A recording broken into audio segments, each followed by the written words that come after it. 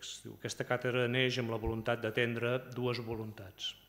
D'una banda, la d'establir ponts entre les diferents disciplines dels àmbits científic i humanístic, de tal manera que els integrants d'ambdós espais de pensament i recerca trobin vies de diàleg prou enriquidores per treballar en una visió de conjunt del coneixement. De l'altra, la voluntat de compartir l'experiència i el contacte amb cultures allunyades del context occidental, com ara l'Àfrica, l'Amèrica del Sud o el sud-est asiàtic, i la ferma convicció que acostar-s'hi és el primer pas per intentar comprendre'n quelcom més. Aquests serien una mica els objectius principals. En realitat, doncs, aquest cicle, fixin-se que constitueix almenys en aquesta voluntat de difusió, de divulgació i de trobar aquests ponts que ens uneixen amb un bon exemple, justament, d'aquestes vies que busquem. L'altre dia, en la presentació de la càtedra, també feia justament esment un dels objectius que ha de tenir la càtedra, que és acostar-nos una mica a la societat gironina, trobar aquests punts de reunió, aquests punts d'acord, aquests punts de trobada i fer-ho una mica en un espai en què ens hi sentim tots còmodes. Aquest espai avui ens l'ofereix Caixa Fòrum i li atorgarem una mica aquest lloc que podria com una mena d'àgora de coneixement, en el qual ens instal·larem durant uns quants dies. Bé, finalment, només els vull dir quatre coses, quatre aspectes de les xerrades que començaran avui i sobretot no els llegiré pas l'extens currículum del doctor Campo perquè això se'ns faria llarg, però sí que com a codirector que és de la mateixa càtedra, director honorífic, només vull subratllar un parell de qüestions. El doctor Campo, si vostès el coneixen, es caracteritza per ser un home savi i jo ara, quan estava pensant aquesta tarda què em diria, he arribat a la conclusió que en algun moment em fa l'efecte que va estar ungit per Mnemosina, la mare de les muses. I he pensat que segurament és la protagonista del primer part múltiple, deu ser de la història.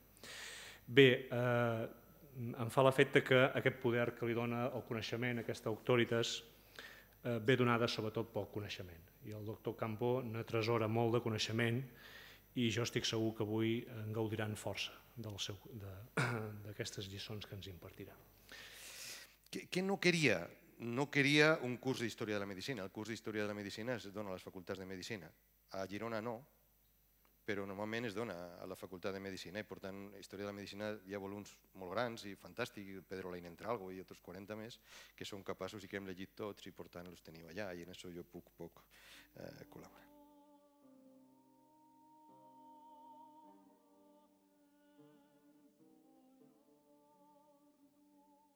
La conferència es titula Déus, homes i metges, perquè aquí a vostra mà dreta està Asclepio, és aquest que està intentant fer alguna cosa en la que no es posen d'acord què és, ara us diré exactament què opinen els historiadors. I al seu cantó té una filla seva que es diu Igea, que és la raó per la que nosaltres estudiem a les facultats Higiene, perquè ve d'Igea, que era una filla d'Asclepio, que és aquesta que teniu aquí. Clar, la diferència en els humans, com veieu aquí, està claríssima en el relleu, és una diferència de tamany. Quan els déus i els semideus, en aquest cas Asclepio, que ara veurem qui és la mare i qui el pare i per tant és un semideus, veieu que té un tamany diferent, molt més gran que els humans, que són els familiars, suposem, d'aquesta dona que està aquí, diguem, estirada al llit. Què està fent Asclepio amb la dona? No ho tenim clar, algú ha dit que està col·locant una espatlla que s'ha sortit i que tenia una luxació d'espatlla, és més especulació que el que realment sabem del que fa aquest tipus. Com us deia, intentarem en aquestes 8 sessions fer una mena de contrahistòria de la medicina en un caràcter amable, que és el que suposo que jo tinc habitualment. Habitualment, a vegades no, però habitualment sí. De tota manera que, per posar 4 exemples que són només 3, veureu com l'últim ens fa pensar en el que ha canviat en 150 anys, m'agradaria començar per aquí. Esteu llegint el tercer capítol del Buscón de Quevedo. El tercer capítol és el capítol aquest en què don Diego i don Pablos arriben a casa del licenciado Cabra. I quan arriben a casa del licenciado Cabra diu ràpidament el don Pablos que el licenciado Cabra tenia la nariz entre Roma i França. I quan uno passa llegint ràpid no saps bé què vol dir. Pensaves que la nariz està, diguem, és divergent i apunta cap a... No és pas veritat. El que ens està dient el Quevedo és que el licenciado Cabra tenia sífilis. Por eso dio entre Francia, porque els espanyols deien que le deien al sífilis mal francès. O Roma, porque los francesos le decían a la sífilis mal español. Pero los dos le decían a la sífilis mal napolità. Y por tant, Quevedo, que lo sabía y que volia dir que era sífilis, lo que estava dient, la nariz entre Roma i França. A més, està fent una broma. Nariz Roma, que és el que li passa a la sífilis. Ens està avisant, però necessitem llegir bé. Aquestes són les viejas de Goya. I veieu que aquestes dues dones, a part de lletges, que són lletges sanganes, tenen un nas una mica raro, que és en el que pararem ara. És característic de la sífilis, veieu? Característic de la sífilis la pèrdua d'aquest cartílag nasal que respeta l'os a dalt, però que després el cartílag nasal s'aplasta. Característic del nas sifilític, que com sabeu, o com ja he contat alguna vegada en alguna altra xerrada, és la malaltia de la que va morir després d'un patiment horrorós el mateix Goya. Per tant, veieu un nas especial que correspon al nas sifilític. Clar, a vegades les coses no són com les pinten. Per exemple, això que veieu aquí és un nas perfecte, mireu quina meravella de nas, en una dona guapíssima, que és un cartel que li va encarregar el doctor Abreu a Ramon Casas. El doctor Abreu va obrir un sanatori per la sífilis, un petit hospitalet al carrer Vergara, a Barcelona, i li va encarregar un carteló. Aquest cartel és el que veieu aquí, en un nas que, com veieu ara, és molt poc sifilítica, i una dona que de sifilítica no té gairebé res. Per sota, a lo millor els de darrere no podeu llegir, però diu curació absoluta i radical en el sanatorio para sifilíticos. Com segur que sabeu, no es curava ningú, perquè la penicilina no havia arribat i per tant no es curava absolutament ningú, utilitzaven un tractament amb mercuriales que feien que els malalts es posessin pitjor, com en alguna xerrada veureu que plantegem. Una altra cosa més de nassos, ara que tenim aquí algun otorrí a la sala. Aquest que veieu aquí és el duque de Urbino, Federico de Montefeltro, i el seu petit, que és el conde de Guidobaldo, que és aquest que teniu acá. És un quadre de Pedro de Berruguete, que segur que algú de vosaltres, quan l'he posat ràpidament, l'ha reconegut, però mireu que el duque de Urbino, Federico de Montefeltro, sempre surt en els quadres que recordeu del perfil esquerre, en un nas que jo assenyalaré en el puntero una mica raro, però que després ampliarem. Però veieu que sempre està del perfil esquerre i sempre té un nas aquí en una mena de fractura de nas estranya. Aquí també es veu molt malament que aquesta és la Verge de l'Ou, com us recordeu, a la Galeria de los Uffizi, de Piero de la Francesca, en el que el comitent era el duque d'Urbino i lo teníeu aquí agenollat en un nas molt estrany que aquí es veu bé. Aquest és el Piero de la Francesca amb la seva dona, la gran Batista Sforza, i la gran Batista Sforza que en principi veieu que té una pell molt més blanca que el duque d'Urbino. Bueno, sembla que estava tan blanca perquè l'havien retratat, el rostro és després de morta, i Piero de la Francesca havia agafat apunts en la pell que esteu veient, que és clarament la pell d'una persona que ja estava morta. Inclús l'aspecte dels ulls, quan jo lo miro, tinc la sensació que aquests ulls no són tampoc gairebé normals. Però estàvem parlant del nas del duque d'Urbino, lo veieu? Aquest nas no és una nariz sifilítica, que lo han escrit alguns, no és pas veritat, perquè nosaltres sabem que la nariz sifilítica trenca el cartílag i aquest cartílag que està en el mig del nas és normal. És normal. El que ha trencat aquí és l'os. Així que tenim dos misteris. Uno, perquè sempre surt del perfil esquerre, i dos, què li ha passat al nas. Hay una historia de un poeta de la època que es diu Giovanni Santi, que havien llegit moltes vegades, però algú no s'havia adonat que havia fulles que estaven pegades. Probablement és un poema èpic de 25.000 versos que el que intenta és glossar les andances i aventures d'aquest duque d'Urbino. Però hi havia, com us dic, pàgines pegades en què contava realment la història de què havia passat en el perfil i en el nas. Sembla que va veure una dona que li agradava molt. Sembla, per lo que es diu en el poema, que ja havia conegut a la dona en qüestió a l'ombra d'un roure. I sembla que n'hi havia una mena de combats d'aquests que feien els cavallers en llança i en espases i tot això. I doncs, per, fardar davant de la dona, es va posar al casco una mena de branques de roure. Quan es va provocar l'envestida en el ginet que venia davant, doncs es va clavar les branques del roure en l'ull dret, de tota manera que va trencar el nas i es va quedar borni del nas de l'ull dret. Per això sempre retratava de perfil i per això el nas quedava així. Clar, a vegades és difícil interpretar el que passa des d'un punt de vista mèdic quan han passat 400 anys com aquí i tenim informació que no és tan completa com la que acabo d'explicar. És tan així que es diu de tot. Per exemple, hi ha algú, un anglès, que ha dit que el conde tenia por de ser enverinat i que es va fer trencar a posta el nas per veure millor quan es sentava a les taules qui estava al seu cantó. Clar, sí, quan uno comença a llegir l'opinió de l'anglès aquest, el primer que pensa uno és que l'anglès ha tornat una mica boig, ja estic d'acord amb vosaltres. Però recordeu-vos que eren temps complicats, eren temps complicats. Els ducats, el dux era un dux d'una part d'Itàlia que estava en guerra quasi continuadament. Aquest és un condottiere, és un mercenario, que és el que vol dir condottiere en italià, és un mercenari. I és un mercenari que anava al lloc en el que més le pagaven, aquest tipus.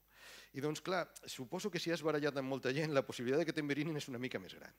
Recordeu-vos també que quan la gent es posava a taula, especialment el papat, en aquesta època que estem en el segle XV a Roma, la qüestió d'enverinar la gent era habitual, tan habitual que quan es feia un sopar es deixaven dues persones fora de la taula. Era perquè quan el que estigués enverinat estigui mort, lo treien de la sala i feien passar el primer. Clar, són sopars una mica complicadets, perquè en el moment en què això passa, el segon que estan esperant, suposo que comencen a pensar que algú le toca, algú le toca. Per tant, aquesta idea de l'anglès, que en principi sembla una bolleria, jo crec que no és tant quan uno sap què passava realment en aquest temps. Tornem a Quevedo, que és on hem començat en el primer exemple, i recordeu-vos a don Pablo i a don Diego entrant allà i fem la primera gràcia. Quevedo era un tipus molt simpàtic que tenia un horror als metges molt divertit, del que algun dia parlarem quan parlem del segle XV d'una manera també, espero que amena, i ràpidament avisa a don Pablos. D'acord, serà sífilis, que és el que deia el paràgraf d'abans, però segur que no és per gastar calés. Lo veieu? Perquè naturalment el licenciado Cabra es caracteritzava per no gastar res ni per a posar-la a la sopa. Recordeu-vos que quan els caien els dents a la sopa els ho menjaven pensant que eren cigrons. Per tant, la cosa no era exactament com esteu veient aquí, i Quevedo era un tipus que, com us dic, per alguna raó que encara no sabem, algun dia en aquestes conferències que veureu portarem Alberto Blecua, que està a Barcelona i que és probablement un dels homes que més ha estudiat a Quevedo, amb la intenció de fer alguna mena de conversa entre el que deia dels metges i el que els metges feien de veritat, que suposo que serà de l'agrado de tots. Per ser el retrato és de Francisco Pacheco, que recordeu-vos que era el sogre de Velázquez, i és just quan a Quevedo l'acaben de fer cavaller de l'Orde de Santiago. Aquest era el primer exemple. El segon exemple, que suposo que també serà divertit i que té a veure amb medicina, malgrat el que veieu aquí és un quadre d'Antonio Esquivel, que és aquest, Antonio María Esquivel, és aquest pintor que teniu aquí en el mig. A la seva dreta, a la nostra esquerra, està José Zorrilla, llegim un poema, i el quadre es titula Poetes contemporáneos. De tota manera que, si ens posessin a mirar d'un en un, algú l'ha fet, i algú l'ho tinc recollit, però no tinc paciència de terminar de llegir-ho, doncs tota la tropa que està aquí en el quadre està perfectament identificada per al moment de l'època. Jo volia cridar l'atenció sobre aquest home que està aquí, que es diu Manuel Bretón de Herreros. Estem en el segle XVIII i és un dramaturg, fa obres de teatre, algunes molt divertides. I és un home que és el que teniu aquí un retrato de Gómez Cros, Antonio Gómez Cros, que algú potser recorda el nom perquè és un pintor valencià del segle XVIII, començaments del segle XVIII, que va tenir molt de predicament a Madrid com a retratista. Com us deia, aquest Bretón de Herreros es caracteritzava perquè no li caïen bé els metges. Suposo que té a veure la mena de cicatriu que té a l'ull esquerre, que és la raó per la que le situen del perfil contrari al que col·locaven al duque de Montefeltro. Veieu? Per tant, les coses es repeteixen al llarg de la història. Però, com us dic, no li caïa gaire bé. En tan mala sort que tenia un veí al cantó que es deia Pedro Mata Fontanet, que era un metge que tenia cert predicament. Però, clar, com ho veiem porta en porta, passava que els malalts s'equivocaven de porta i anaven a casa del Manuel Bretón de Herreros, aquest que us estic assenyalant. El problema quan anava a casa el primer que se li va ocurrir és que va posar un rètol a casa seva que deia «En esta habitación solo vive un bretón», per deixar molt clar que no era el metge que tenia al cantó esquerre, sinó que ahí vivia només ell i, per tant, que si fessin el favor de no trucar, que no era el moment de parlar amb el metge en aquella porta. Però sembla que la cosa no acabava de parar i la gent anava amb prisa, com quan uno va al metge, i no acabaven de deixar-le tranquil. Així que va inventar la següent redondilla, que feia referència al Pedro Mata Fontanet, que com veieu ahí deixa molt clar què és el que feia el metge en qüestió. Vive en esta vecindad cierto médico poeta que al pie de cada receta pone mata, con nom, i és veritat. I és veritat. Vull dir que realment jo crec que aquesta mena de joc entre el que la medicina ha fet de veritat i que podeu llegir en qualsevol tractat de medicina del segle XVIII i que, a més, probablement no és per venir un dia assolellat a juntar-nos aquí tot, i aquest altre to en què entre risses i no risses són capaços de posar en marxa un mecanisme de pensament diferent és el joc que tindrem al llarg d'aquestes 8 conferències. El tercer exemple, que com he dit, seria el tercer i el quart, que ho farem junts. Aquest retrat que teniu aquí és el retrat típic de Gigot, que està al Palau de Versalles, de Gustave Flaubert. Gustave Flaubert, l'escriptor del XIX. Flaubert era fill de metge i el seu germà era metge. Tenia una gran condició i una gran biblioteca a la seva disposició. De tota manera que quan comença a escriure Madame Bovary, els biògrafs han aclarit molt bé com es documenta sobre medicina per fer només un capítol. Perquè veieu com ha canviat el temps. Ja hem dit que arribaries. I com us dic, es documenta d'una manera absolutament prodigiosa. Els biògrafs diuen que tenia més de 45 llibres llegit i anotats per contar la història d'aquest tipus que està aquí a darrere, que com veieu és coix. El seu nom era Hipòlit i era un pobre desgraciat que anava per el primer poble que arriba el doctor Bovary i que anava fent recats, bàsicament recats perquè no servia per a res més. Recordeu, suposo que recordeu la història bé, està coix, el doctor Bovary té que agafar fama i el farmacèutic, que era un mal bitxo, doncs el farmacèutic comença a dir-li que ell hauria de fer alguna de les operacions noves que es fan a París. Que si ell fa una operació de les que es fan a París noves, en èxit, naturalment, doncs el poble formaria part de la situació mèdica francesa del sud de França i, per tant, que seria fantàstic que aquest tipus que ves ja podem caminar de manera normal. El doctor Bovary, que era una mica bobalicón, doncs es deixa convèncer. Agafa 3-4 llibres i pensa que pot operar el coix. I, naturalment, recordeu-vos que aquello no va acabar bé.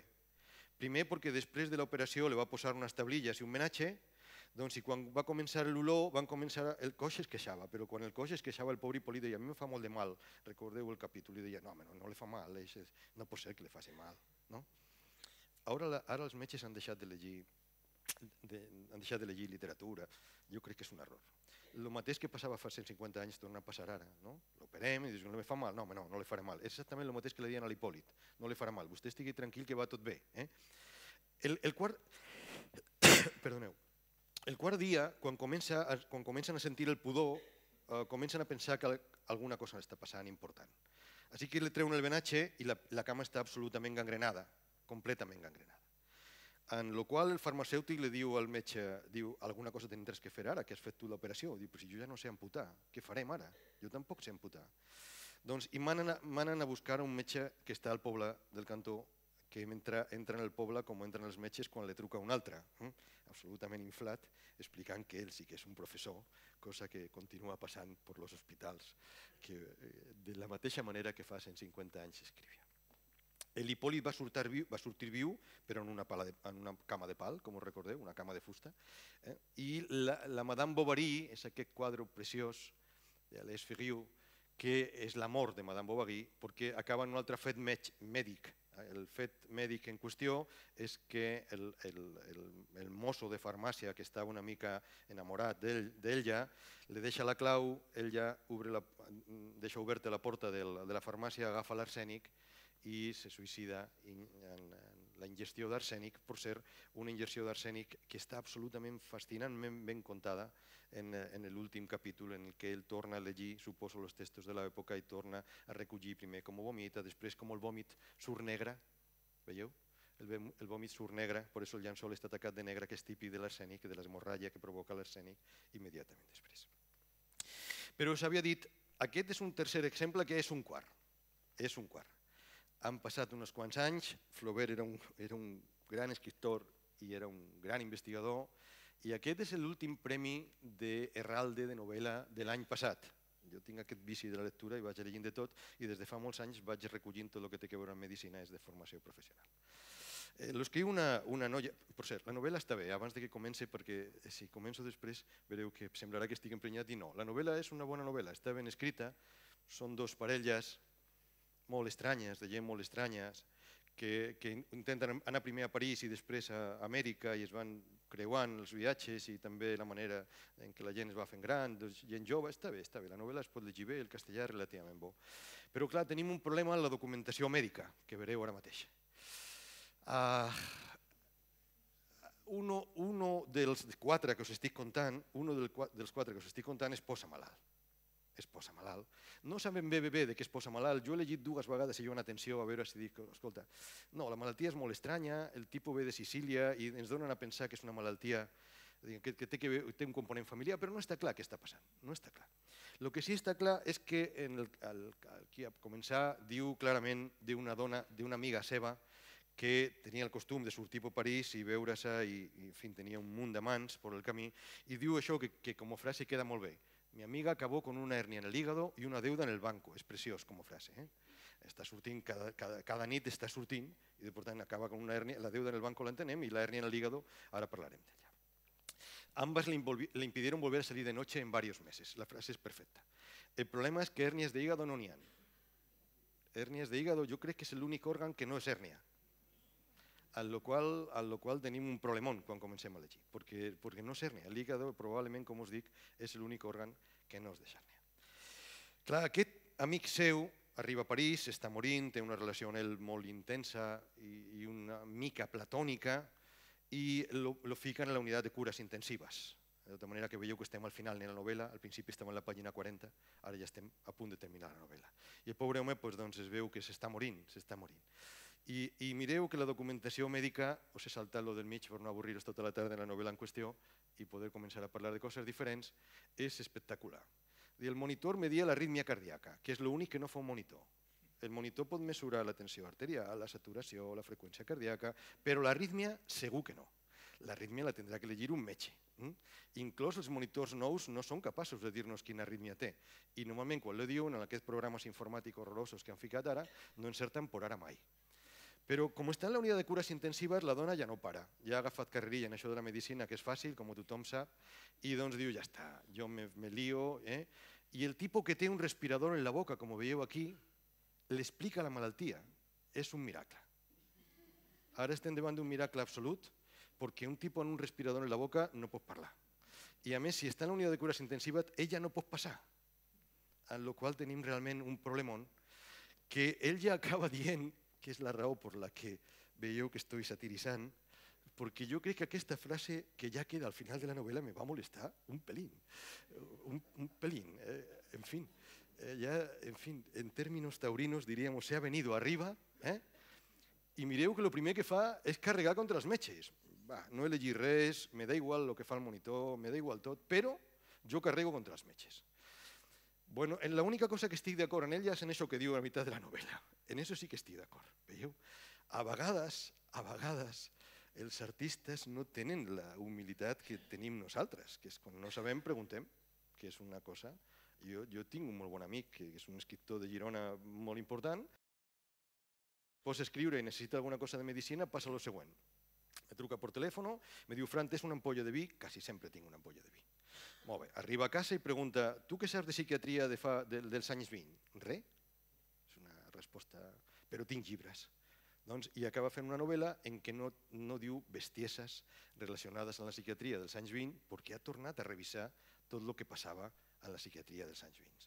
De tota manera, quan veieu alguna novel·la d'algun escriptor gironí que parla de Sant Boi i d'alguna senyora que han ingressat allà i que el seu fill fa no sé què, estic segur que aquesta metedura de pata no la té alguna persona que li han donat l'Herralde de novel·la.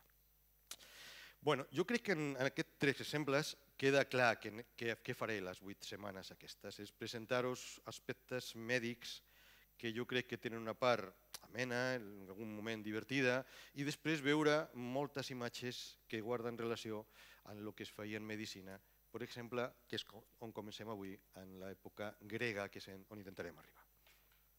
és un relleu en què hi ha un metge que probablement s'identifica a Jasón. Jasón és un dels fills d'Asclepio. Asclepio, al final de la seva vida, no està clar si era un metge de veritat, vull dir, un humà que es dedicava a la medicina o era un déu que havien glorificat. Però en qualsevol cas, Jasón té un predicament com a fill d'Asclepi, com a gran metge, que fins, com veieu aquí, al segon segle abans de Crist, a Roma. I mireu el que està fent, està tocant una panxa bàsicament com ho fem ara, una panxa que està inflada. Doncs aquesta mena de pot que n'hi ha aquí serveix per tot, per recollir el pus, per recollir l'orina, per recollir la fenta, per recollir tot el que es troba. De tota manera que inclús quan fan alguna sangria veureu com li donen la volta al pot i estan recollint la sang, alguna flebotomia, doncs estan recollint la sang que ve del malalt. Com us deia, tenia ganes de barrejar el que havia anat agafant de literatura, però avui tinc un dia complicat perquè acaba d'estar aquí García Gual, que és el que ha traduït això, per això l'he deixat en castellà. L'hem tingut aquí a Girona, hem tingut el privilegi de veure un tipus que realment sí que és un savi i que és el responsable de l'edició de los 400 volums d'editorial Gredos, que tenim molts d'ells a casa. Doncs, abans d'una cosa que el proper dia veurem una mica més de detall, que es diu l'azanya hipocràtica. Quan arriba Hipòcrates de Cos, és un metge que és capaç de canviar la manera de pensar en medicina en la Grècia antigua. Per què? Doncs perquè abans es pensava en términos empíricos. Com us sabeu, els que m'he escoltat moltes vegades, no m'agraden les definicions que no serveixen de res. L'exemple ajuda molt més a saber què és l'empirisme, molt més. Mireu, això forma part de la Ilíada i el que fa referència a Eurípilo. Eurípilo i Bemònides han arribat allà a la platja i estan començant a barallar els trojans. Recordeu-vos, Paris ha raptat, ha segrestat a Helena i se l'ha portat a Troia. I han començat les baralles amb els trojans. I Eurípilo és un dels comandants de la flota que porta Agamenón i Menelau, el seu germà. I està ferit en una de les baralles, com veieu. I veieu que el que diu, lava con agua tibia la negra sangre. Clar, l'aigua, com no estigués neta, tindríem un problema. Drogas calmantes, ja veurem de què. I Aquilio i Quirón, que ara parlarem d'ell. Quirón, el más justo de los centauros, porque los centauros eran gent molt violenta, procedien de los lapitas, que eren un poble guerrer, però Quirón no té aquestes característiques. Quirón és un tipus molt especial perquè és fill d'un déu, que és Cronos. Clar, aquí Cronos no l'identifiqueu com a Cronos, perquè en el quadre aquest de Parmigianino està representat com un cavall. Cronos estava casat amb Rea, però es va enamorar d'aquesta noia tan maca que teniu allí que es diu Filara. I clar, dius, escolta, si Rea me veu, que vaig cap a... tindrem un problema. Dius, què faig? Cap problema. El que feien els déus grecs es transforma en un cavall i així seré capaç de posseir aquesta Filara, que és aquesta bellesa que teniu aquí al cantó. Fins ahí tot bé, però, clar, quan Filara va tenir un nano, doncs el nano va sortir meitat cavall i meitat home. És aquest centauro que veieu aquí, que sempre s'ha dit que era molt maco, però que el caràcter era molt tranquil, perquè Filara era filla de l'oceano, era del déu oceano. Clar, no es podia acostar als humans, però com hi ha una part d'ell que és déu, algú li diu què farem en aquest, que té aquesta pinta, donar-li la sabidoria de que entengui què feren les plantes, que és això que veieu a Quirón, veient què feren les plantes, en aquestes plantes salutíferes a les que al·ludia la Ilíada. Aquesta ceràmica, aquí no es veu, però me teniu que creure, potser els primers 6, veieu un nen petit que algú porta en braç. És Peleu, el que porta en braç Aquil·les, perquè li presti atenció i educació Quirón, que com us recordeu, pràcticament tots els que tenien una mica de saviesa i no barallaven molt, doncs se los portaven a Quirón per educar-ho. Aquí ho teniu. En què consistia l'educació? Doncs bàsicament les educaven, naturalment, en les armes, però també en el coneixement de les plantes. Per això Aquil·les, en algun cas, en la Ilíada es diu tu has après com s'utilitzen les plantes de Quirón i d'Aquil·les. Aquil·les, a part d'un gran guerrer, és un savi, sap com utilitzar la medicina. Veureu alguna imatge en què està curant el seu amic Patroclo d'aquí una estona. Però a més, que és el que es veu en aquest mosaic preciós d'Herculano, que està en el Museu Arqueològic de Nàpols, les ensenyava a tocar instruments, especialment la lira, que era l'instrument dels poetes, per excel·lència. Per això a Quirón li fiquen aquesta mena de llaurel sobre el cap que representava els poetes. Ell també ho és. I aquest que teniu aquí és Aquil·les, que d'aquí a res lo veureu d'una manera una mica diferent. Clar, l'educació que li donava Aquiles era també una educació guerrera, per això és el gran Aquiles després, quan sigui gran. Com ho posa de manifest aquest quadre preciós, que és de començaments del 17, d'un pintor que va néixer a Cremona i que es va morir a Bologna, que és Donato Creti, un extraordinari pintor de mitologies, que si algú té interès està molt ben recollit en el Departament d'Iconologia i Iconografia de la Universitat di Sapienza di Roma. Mireu com caça els lleons, perquè està a Tessàlia, que és un lloc molt llunyà de Grècia, on els lleons campaven per el carrer, per dir-ho així. I veieu com la interpretació de com es fa l'educació d'Aquiles arriba fins al 19, que és una de les coses que veureu ara com aquestes coses que estem contant dels grecs estan molt més a prop de nosaltres de lo que pensem. És el mateix de Delacroix que està tratant de pintar aquesta educació en arc i fletxes que Quirón, un altre cop, en la corona de Geurel, està fent en Aquiles. A Pompeu Batoni un quadre preciós, un quadre absolutament fascinant, que és d'un pintor italià després de Caravaggio, com es veu clarament aquí, en un domini de l'anatomia realment extraordinari. Mireu, aquest és un grifo, la part de darrere, els que esteu davant lo veieu, no sé si a darrere es veu bé o no, veieu que és una mena de serp. No queda clar si és una serp o és una sirena. Després del que van sentir l'altre dia el professor Carlos García Gual, ja no estic segur de què entenc jo per sirena, però el llibre, a mesura que vaig llegint el seu, tinc cada cop més dubtes.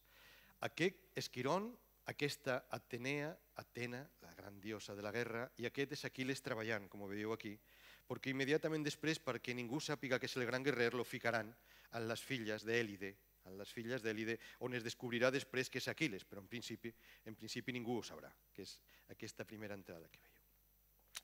Com acaba Quirón? Malament. Un dels seus educandos, un dels seus alumnes, que és aquest que veieu aquí en el quadre de Liebig, que és Heràcles, per la pell de lleó, lo veieu? Porta la pell de lleó. Doncs té un accident i llança una fletxa que està enverinada al mateix Centauro, al mateix Quirón, que lo veieu aquí a punt de morir. Però a punt de morir, el Quirón era tan savi i tan bona gent que fa que Prometeo li agafi les mans per passar-li la immortalitat. Aquesta immortalitat queda reflejada molt bé en un texto de l'Oceano de Samosata, hay un error, és Samosata, no va sense accent, en el que queda molt clar què le diu Quirón a Menipo. He oído que siendo Dios quisiste morir. Sí, efectivamente, pudiendo ser inmortal lo quise. ¿Y cómo se apoderó de ti ese amor a la muerte? Te lo diré porque eres hombre sensato, le dice Quirón. No me era ya agradable gozar de la inmortalidad. Hay una sèrie horrorosa ara en què hi ha un forense que és immortal, una sèrie horrible que no hauríeu de veure a la televisió, que es titula Forever, en què, en fi, fan que el forense que és immortal forme part d'aquesta mena de glossa a l'amor continuada capítol tras capítol que té molt poc a veure amb el que ens està dient aquí. Tornem un momentet a les plantes salutífores de la Ilíada. Hem deixat allí el pobre Eurípilo Evemònides tratant de saber què fem a la ferida i lo té molt clar. De los dos metges que anaven al camp de batalla en ells, los dos estaven en el camp de batalla. I això és molt important perquè normalment en les històries de la medicina a l'ús el metge està separat del món i forma part d'un grup de persones que tenen un coneixement absolutament diferent del grec normal. No és pas veritat. El metge era un guerrer, igual, i anaven al camp de batalla, igual. La medicina no era més que una tecné, una pràctica, una tècnica. Eren capaços de saber què fer perquè tenien un coneixement distint. En paraules de Vázquez Montalbán és molt més divertit de donar aquesta idea. Vázquez Montalbán un dia le van dir, es que usted ha leído mucho, es usted un gran estudioso. I uno no se crea molt, he llegit 3 llibres més que los demés. Eso es lo que era un metge en l'antiga Grècia. Tenia una mica més de coneixement d'un camp molt concret, però no era un tipus espectacular per sobre de la mèdia, ni molt menys. Això passa després, quan els cristians comencen a entendre malament que haurien d'entendre per medicina, per mort i per vida. Com ho veurem el dia de los santos metges, que suposo que també passarem una estona raonablement divertida. De los dos metges veieu que un està ferit, i l'altre està barallant, no tenim temps de curar aquest Eurípilo que veieu aquí. Com el primer que es troba és Patroclo, l'amic d'Aquiles, que està descansant de la baralla i que està a punt de tornar a la baralla, el que fa dir, bueno, jo mateix faré l'operació.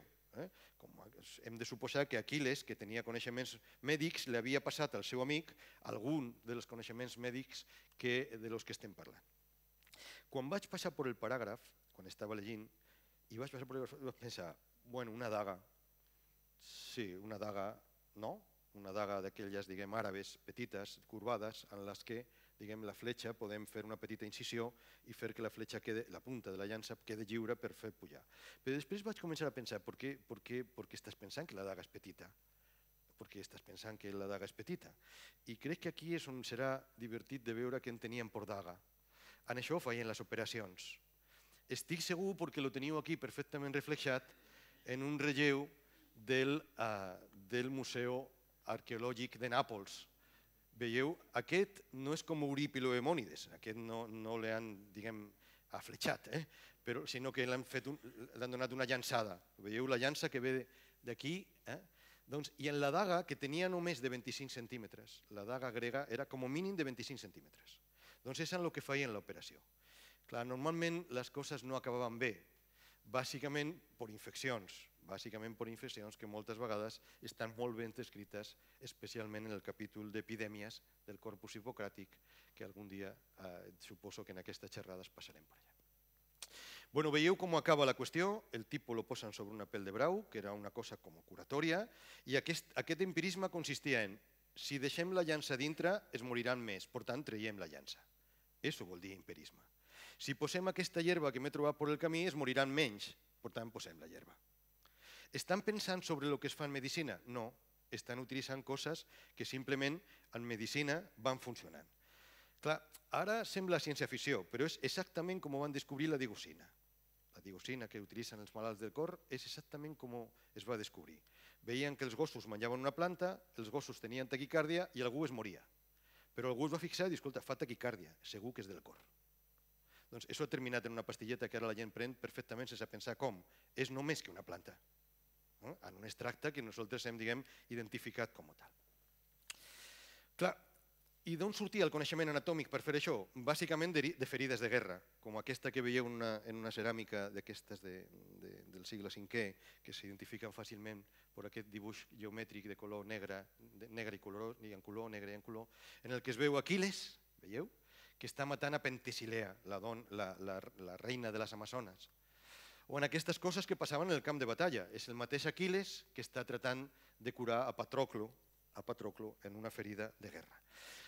Les autòpsies no es feien, es van començar a fer en el segle III, en el període hel·lenístic, especialment a Alexandria, on la situació religiosa era molt més laxa i a més era molt més eclèctica. N'hi havia d'interpretacions molt rígides i molt menys rígides a Alexandria de los que passaven a Atenes o a Esparta, en el que els déus formaven part de lo que estaven passant. Una altra raó que ens conta l'Odissea i que segur que recordeu, per tenir coneixements anatòmics de lo que passava en el cos humà, és com veieu aquí el que li va passar a Ulisses. La raó per quan torna a casa per la que és reconegut és perquè té una cicatriu a la cama. Una cicatriu que va provocar la banya d'un porc senglar. Aquesta cicatriu és quan arriba a casa anys després de tot aquest viatge fantàstic en la Circe, les sirenes i tot això, doncs és la que fa que la criada digui, escolta, a part del gos, que l'olor ja l'havia reconegut, és la criada la que sap que en la cicatriu ha arribat Ulisses a casa. Com anem en molta medicina, només explicar d'on surt aquesta mena de cràtera coríntia que teniu aquí, preciosa, en el que es veu la casa del porc senglar, en els gossos i en els animals. És un regal que va fer al British Museum, aquest tipus que teniu aquí, que és Sir William Hamilton. Sir William Hamilton és un volcanòleg, arqueòleg, escriptor molt bé sobre pintura, especialment del sud d'Itàlia, que és on va ser responsable de les descripcions i li van donar una medalla a la Royal Society per descriure els terratrèmols de Sicília de finals del segle XVIII, i es va enamorar perdidament quan tenia 60 anys d'aquesta dona que és preciosa, que és en Malión, que a més està representada com Circe. Circe va ser la bruixa que va cridar a l'Ulisses, escolta, vine i no deixa d'anar a casa que a mi estaràs molt més bé. Ja està pensat a posta en aquest retracte de George Romy. Doncs, com us dic, es van enamorar perdidament, especialment un dia que en Goethe, el poeta alemany, la van veure balar, però no com ho representen en el quadre.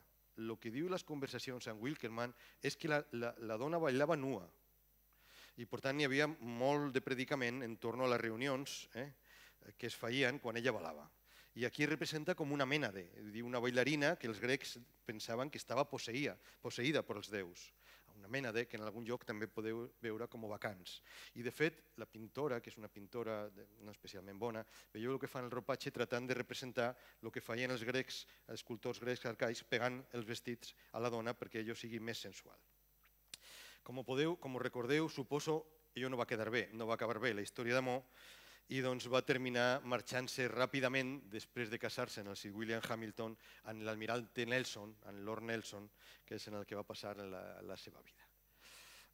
Com sabeu que quan fem coses de medicina, diguem una mica massastrussa, us deixo descansar, vigilar molt si aneu a la Wikipedia i intenteu ficar Immalion, perquè veureu que posa tot, quasi tot és correcte, però posa ocupació. Ocupació vull dir a què es dedica, doctor, escriptor, fuster. I quan posa ocupació a la Wikipedia posa amante de Lord Nelson.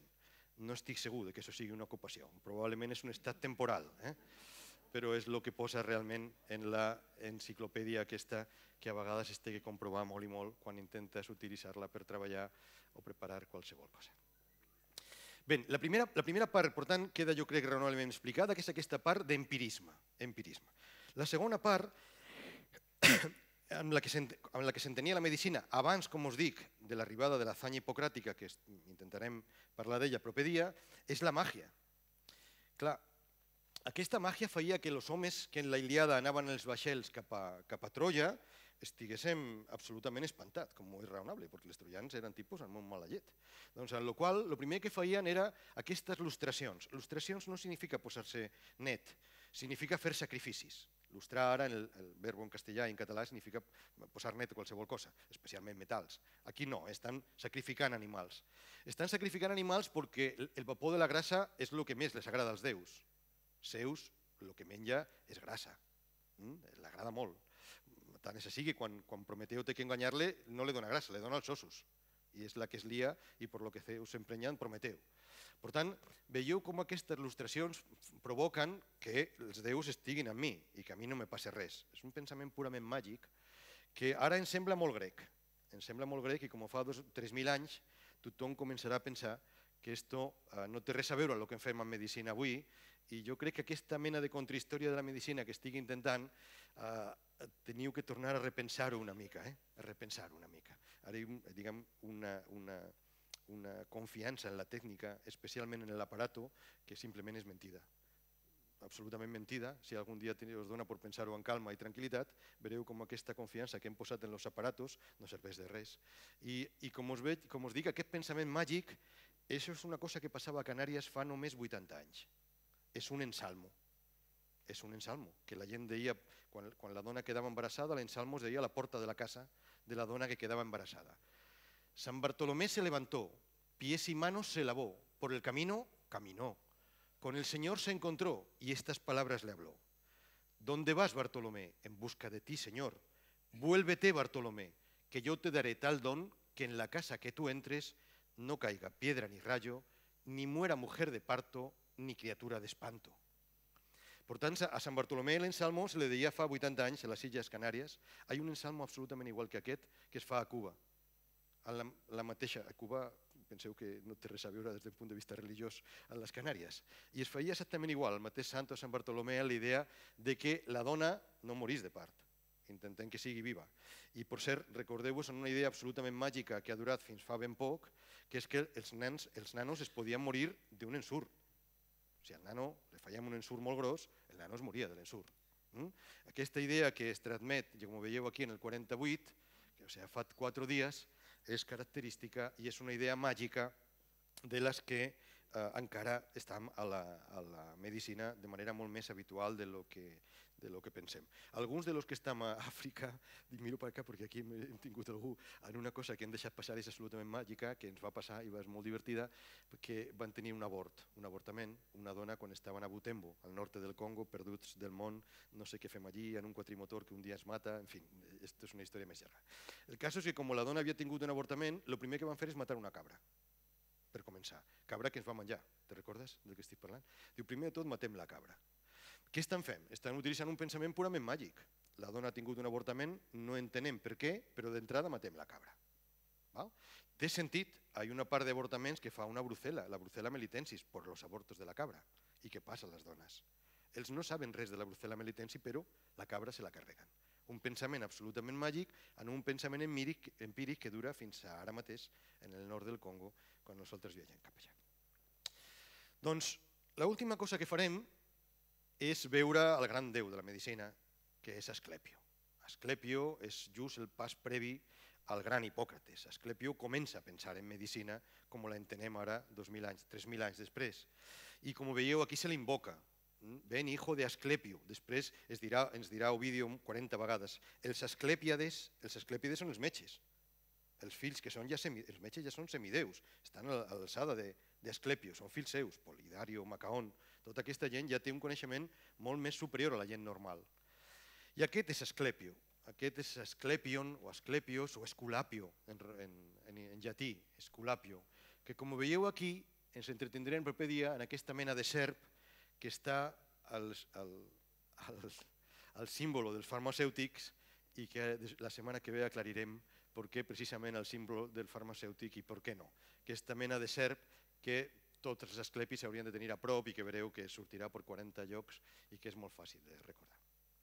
Clar, Asclepio és fill d'un déu i d'una humana, que és això que veieu en aquest quadre d'un pintor flamenc que es diu Van Poppel, doncs que és Apolo, que és aquest que veieu aquí en una actitud, i Corònides, que és una dona hermosíssima, o Coronis en algun cas, que la teniu a Isota. Tant és així que en fi, és un amor tempestuós, però Apolo quan marxa no s'acaba de fiar del tot. Es queda embarassada d'Apolo, això segur, però no s'acaba de fiar de tot de la Coronis en qüestió i deixa a un cor blanc que està perfectament representat, aunque després tindrem un petit error, en aquest gravat, que és un gravat que sabem que és del segle XVII, perquè la tècnica és després de la tècnica de gravats de Goltxius. Per tant, estem segurs que és del segle XVII. Però mireu aquest corp, que és un corp blanc. És veritat que n'hi ha de corps blancs, he llegit aquests dies per preparar-ho, especialment els japonesos, que són gent rara, es dediquen a fer col·lecció de corps blancs, una mena de cor albino, albí, que no té coloració i que per tant queda blanc. Bueno, com veureu aquí, aquest és el cor blanc que he trobat per ahí per veure la imatge que té i per tant que existeixen, però, com us dic, Apolo marxa a fer les seves coses i deixa a Coronis, que immediatament de marxar a Apolo, com passa en aquest déus, s'enamora perdudament d'un tipus que es diu Isquis, un humà, és clar. I el corp surt volant per explicar a Apolo que Coronis no és fidel, que Coronis no és fidel. I aquí en llatí lo diu molt clarament, Coronis ab Apolim per calumniam, per la calúmnia que m'està dient el corp de Coronis, que és la meva enamorada i per tant jo confio molt en ella, el corp serà transfigurat i lo transforma en això que veieu ahir. És la raó per la que el corp habitualment és negre i no blanc, perquè li ha dit a Apolo una cosa que no volia sentir de la seva enamorada, de la seva amada. En qualsevol cas, quan Apolo entén que el que li diu el corb és veritat, doncs agafa l'arco, que és lo normal en els déus grecs, i es carrega, com veieu aquí, a Coronis. Aquesta imatge s'ha representat molt poc, però és una imatge, jo crec, bellíssima, que veureu que en algun cas no saps ben bé si està morta o dormida. Vereu el què. Aquí el gravador, com estic dient, és de 1600, començament de 1600. El gravador ha perdut la noció de la història mitològica i s'equivoca i porta el corp, quan està matant, blanc. No, blanc no, el corp ja era negre quan l'està matant. De fet, hi ha una història molt divertida que també recull Ovidio en el que sembla que el corp es troba en una gralla per el camí. I la gralla li recomana, escolta tu, jo no li diria res a aquest, perquè a mi mira com m'ho ha deixat, mig blanca i mig negra. Per tant, jo no li diria res. Però el corp no fa cas i per tant aquí el corp hauria de ser negre. Veieu? És blanc, però la Coronis s'acaba morta. Mireu quina extraordinària precisió del gravador per donar-nos a entendre que està embarassada. Veieu? I també de l'artista Adam Hellsheimer, probablement l'únic pintor alemà del segle XVII que té importància, diguem, com a pintor d'històries mitològiques i probablement en tota Europa i que l'encarreguen quadres mitològics els grans reis. Mireu, un altre cop a Corònides, que aquí està morta, i a mi m'ha costat molt creure que estava morta, però vaig decidir que sí, bàsicament per dues raons. Mireu la punta de la fletxa, com ho porta sant, veieu? I després mireu com aquí hi ha una pira funerària que és on acabarà la pobra Coronis. És aquí on la ficaran. Quan està a la pira funerària, Apolo, que en fi, que s'emprenya però no tant, decideix treure el nadó del ventre de la seva mare. I aquest nadó que arriba a l'orto com el sol, arriba a lo més alt, com lo veieu aquí en llatí, Aesculapius ortus, Aesculapius nace, arriba a ser. Doncs mireu el gravat també, aquí d'això no tenim quadres, jo crec que és massa escatològic, en una mena de cesàrea a lo bruto que ha fet en una incisura, que és una incisura al contrari de com es fa normalment. Veieu? És una incisura diferent, perquè la dona estava, com us dic, morta. Molt bé, un cop que ha nascut Esculapio, què fem en l'Esculapio aquest? En fi, ja ho teniu clar per l'exposició reglada de la xerrada. Si no sabem què fer en l'Esculapio, el primer que tenim que fer-ho és portar-se-lo al Quirón. Aquí veieu Apolo, me fa molta gràcia la pose, perquè té pose de guapo en aquest mosaic, en aquest fresco romà, lo veieu? Ha posat pose de... Després tenim a Quiró, que en aquest cas té una pose, l'home ja d'estar cansat probablement de la vida, i per últim tenim aquí a Esculapio, que ara té aquesta mena de recipient en el que hem dit que recolliria tota mena de sang i de posicions i d'orina, però al contrari, ha començat a estudiar. Ja queda clar que Esculapi serà un gran metge, un enorme metge que està assentat per atendre malalts, com hem vist algun altre que feia, i que als seus peus veieu que està ple de plantes, que ja comença a entendre per a què serveixen, igual que ens han explicat que en tenia Quirón. Però tenim només en la mitologia grega hi un moment de tranquil·litat, també el que fa referència a la medicina, només un moment de tranquil·litat, perquè el següent que passa és que a Esculapio li regala la gorgona que al principi és només una. Aquesta és la Medusa de Caravaggio, que algú de nosaltres també va tenir oportunitat de veure al Palazzo del Quirinale. Era el tercer o quart quadre, només a l'entrar al Palazzo del Quirinale, la gran exposició de Caravaggio que van fer fa 4 o 5 anys. Doncs aquesta gorgona després la dividiran en 3. Una és Medusa, que és la que representa Caravaggio. Però la gorgona, o Medusa, depenent del text que llegiu, el que fa és deixar-li 2 vasijas en sang de la gorgona a Esculapio. En la primera vasija la gent s'enverena i mor. S'enverina i mor. En la segona vasija no. La segona vasija és capaç de ressuscitar les morts. Tant és així que quan comença a ressuscitar morts, Esculapio no para. Ressuscita morts realment d'una manera sorprenent. Si veieu el quadre de Luca Signori, que és aquest quadre que teniu aquí, en algun cas veieu que un cop que ha ressuscitat el marit, que encara no té cap, perquè està en formació, està ressuscitant, no és una cosa de cop, és a poc, doncs de la mateixa tomba veieu com comença a sortir la dona, també en actitud que també vol ser ressuscitada.